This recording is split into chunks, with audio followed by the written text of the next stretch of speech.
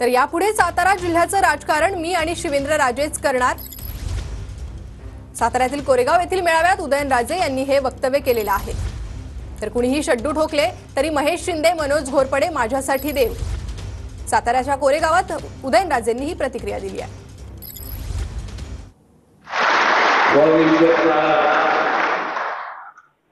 शिवेंद्र राजे आणि मी एकत्र असल्यानंतर मला पण बघायचं जिल्ह्याचं राजकारण कोण काय करतं।